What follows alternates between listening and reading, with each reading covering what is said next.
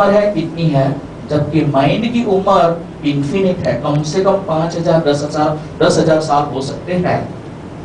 Brain जो है शरीर के साथ में समाप्त हो जाता है, और माइंड जो है शरीर समाप्त होने के बाद वो दूसरे जन्म के लिए, दूसरे जीवन के लिए यात्रा पर चला जाता है। सारी जितनी भी पूर्व जन्मों की जो मेमोरी है वो ब्रेन में भरी नहीं है, वो माइंड में भरी है। जब वो माइंड ब्रेन के साथ में कंपोज होता है, जैसे कि टैप रिकॉर्डर के अंदर हम कैसेट डालते हैं, इसी तरह से माइंड ब्रेन के साथ में कंपोज होता है, तब ये माइंड चलता है। इसको कॉन्शियस माइंड कहते हैं। माइंड की जो बीमारी है इसको कहते हैं तनाव, दुख, अशांति, फोबिया, उन्माद, पागलपन, इसी तरह की बहुत सारी बीमारी है। और ब्रेन की जो बीमारी है, ब्रेन ट्यूमर, ब्रेन का फीवर, ब्रेन का पैरालिसिस, ब्रेन की गांठ हो जाना या लकवा मार जाना, ऐसे बहुत सारी ब्रेन की बीमारी। ब्रेन की बीमारी को ठीक करने वाले डॉक्टर और सर्जन को न्यूरोलॉजिस्ट कहते हैं, और माइंड की बीमारी को ठीक करने वाले व्यक्ति को साइकोलॉजिस्ट और साइकियाट्रिस्ट कहते हैं। और साइकियाट्रिस्ट ने हो सकता है कभी भी ब्रेन को देखा भी नहीं होगा, उसको देखने की जरूरत नहीं है, क्योंकि वो माइंड की ट्रीटमेंट करता है। तो माइंड जो है वो एस्ट्रल है, वो इन्फिनिट है।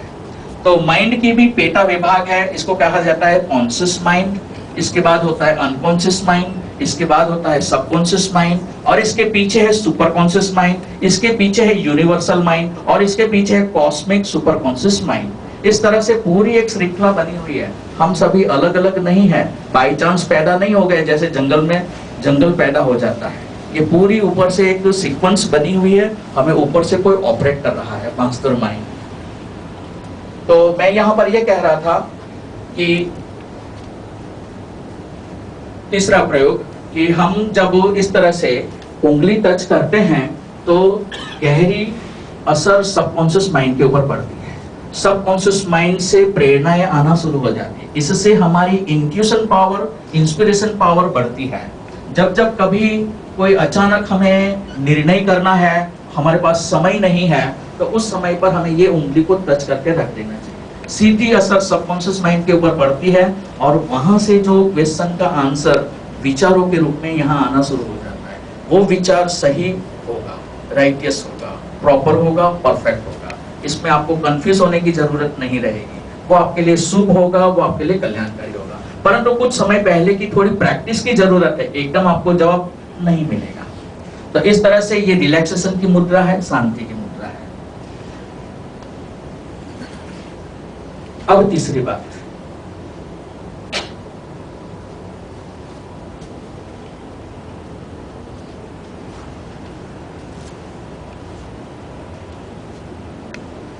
तनाव का मूल कारण है, एक तो हमारा कमजोर मन है, निर्बल मन। क्या होता है, हमारा जो समाज है वो एजुकेटेड ओरिएंटेड है, शिक्षा प्रधान है। 3 साल के बच्चे को पहले से लक्ष्य दिया जाता है, तुम्हें डॉक्टर बनना है, इंजीनियर बनना है, फलाना बनना है, ये बनना है। उसको पता ही नहीं इंजीनियर क्या होता है। 3 साल से उसके ऊपर हम कंपटीशन में उसको डाल देते हैं, होड़ में डाल देते हैं, और धीरे धीरे धीरे इसकी जो बुद्धि है वो तेजस्वी बनती जाती है, और 25 साल की उम्र तक में वो डिग्री प्राप्त कर लेता है। परंतु ये इसका एक तरफी विकास है। बुद्धि तेजस्वी बन गई, बुद्धि एजुकेटेड बन गई, नॉलेजफुल बन गई, परंतु साथ में दूसरा है मन।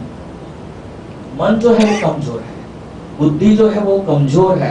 अंधेरे से डरेंगे,